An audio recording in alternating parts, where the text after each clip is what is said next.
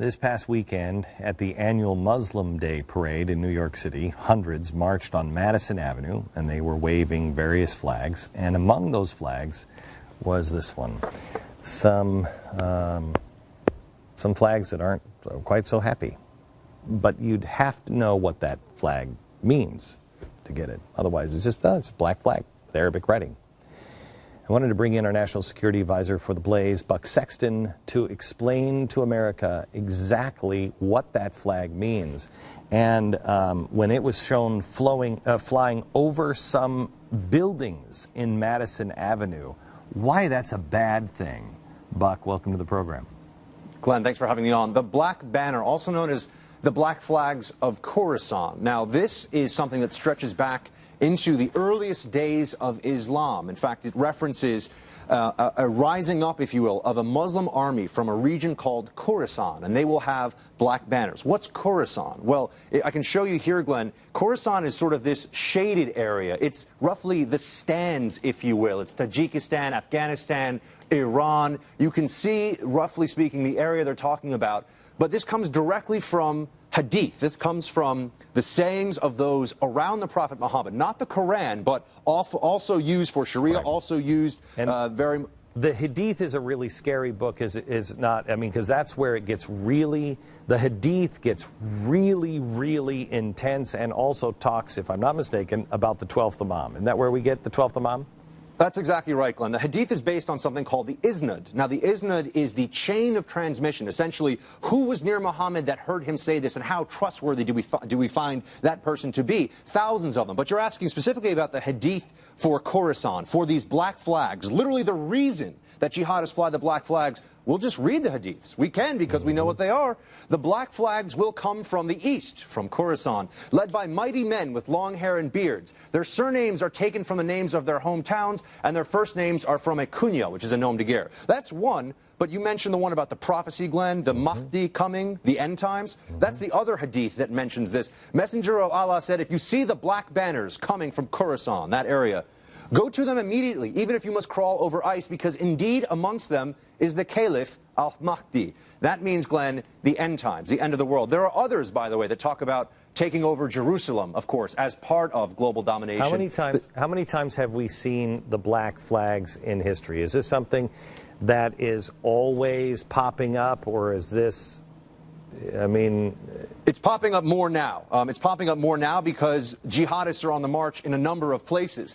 When the Umayyads actually were fighting, they were flying black flags. They were involved in that, and that goes back to the earliest days of Islam. When the Abbasid Caliphate took over from the Umayyad Caliphate, they used black flags. These are contemporary black flags, Glenn. You see over here... What do they say? This is Jabhat al-Nusra. They have on this here, this is called the Shahada, the profession of faith. There is no God but God, and Muhammad is his prophet. It starts off, La ilaha illallah. That's what this writing is. And this is for Jabhat al-Nusra. That's their version of the jihad flag. This one, which is the one we saw flying in New York City, by the way, this is just the standard jihadist flag. This is a sort of everyman jihadist flag, if you will. This one over here is for the Islamic State of Iraq. Again, black, white writing, same basic principle. And we've seen it, Glenn, flying in Tunisia. We've seen it flying in Libya, recently, by the way. We've seen it flying, of course, in Iraq. And, oh, by the way, that's our embassy in Egypt. That's one of the black flags of the Islamic State of Iraq there. Our flag, of course, being desecrated, all the anti-American graffiti. For the Blaze, I saw this wall. I was here in June, and it's still up there. It's still covered in graffiti. But, Glenn, if that's not scary enough, with the end times and with, we see now, the black flags flying across the Middle East in the so-called Arab Spring, this is the one that actually hits the most home for me. That is the Al-Qaeda in Iraq version of the black flag, the Shahada, if you will. And this is the beginning of a beheading video. This black flag, the one we saw in New York City, that black flag, the one based upon the end times prophecy from the Hadith, from the earliest origins of Islam, that was used as the backdrop for beheading videos across the Middle East and specifically in Iraq, and it still is to this day. That's what that flag stands for. It's not a resistance symbol. Okay, so what does that tell you, Buck? I mean, does that tell you, I mean, is this something that,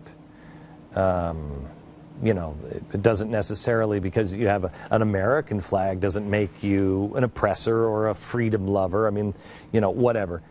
if you have this black flag and you speak Arabic and you're Muslim, do you know what that means? Well, Glenn, I saw people, if you remember, during the Occupy Wall Street protests, flying Soviet hammers and sickles. Right. I saw people flying the flag of the Soviet Union, of radical communism. And I saw the black flag at Occupy Wall Street too. Yeah. Do they recognize that Stalin's purges and Stalin's policies killed millions of people, one of the most brutal dictators of all time? I hope they know that history, but they certainly don't factor that into whether they're willing to wave a Soviet flag around here at home. Now, no one's questioning the legality of waving this flag. People can do that if they want, but I would not do that. But we should at least be willing to call it what it is. If this flag is being used as the backdrop for beheading videos, it's not because the jihadists are confused. In fact, it's because we refuse to accept who the enemy is. Some people have started to know more about this. Ali Soufan, a former FBI agent, wrote a book called The Black Banners, in which he discussed some of these issues. There are others who are raising the alarm because, Glenn, we can't say that the Syrian resistance is moderate. Remember, we went through that together here on the show, when they're going to put up the Syrian Free Army flag next to a jihadist flag. That doesn't jive because we know what they really want, the return of the Mahdi. Okay, so can I ask you something, Buck? And we've never talked about religion. I've only got about 90 seconds, so we should come back and do another episode together on this. But the end time stuff with the 12th Imam and the Mahdi is really powerfully frightening stuff, and all seems to be a part of what's going on here. Do you buy into this? They'll say, oh, well, Iran's just saying that because it appeals to the people. Is this different than, 1,000 years ago? Glenn, this is the problem. I don't buy into it, but the people that are trying to take over countries like Egypt and Syria and Tunisia and Libya, they absolutely buy into it. They know these hadiths by heart. Now, some Sunni jurists will say, oh, no, those aren't good hadiths. Guess what? Bin Laden, who signed his first declaration of war against the United States from Khorasan, Afghanistan, he knew that hadith, and he cared about it enough to tell all of his followers. They believe this. They believe it is prophecy, and they are fulfilling prophecy. By the way, of course, it would be in the ruins of Jerusalem. So, Glenn, does it tie into the mindset? Does it tie into the mindset of the jihadists in the region? Of course it does. Sure does. And unfortunately, it ties into Christians and what they believe at the end of their book as well. Thank you very much, Buck. Appreciate it. Thanks, Glenn. Back in a second.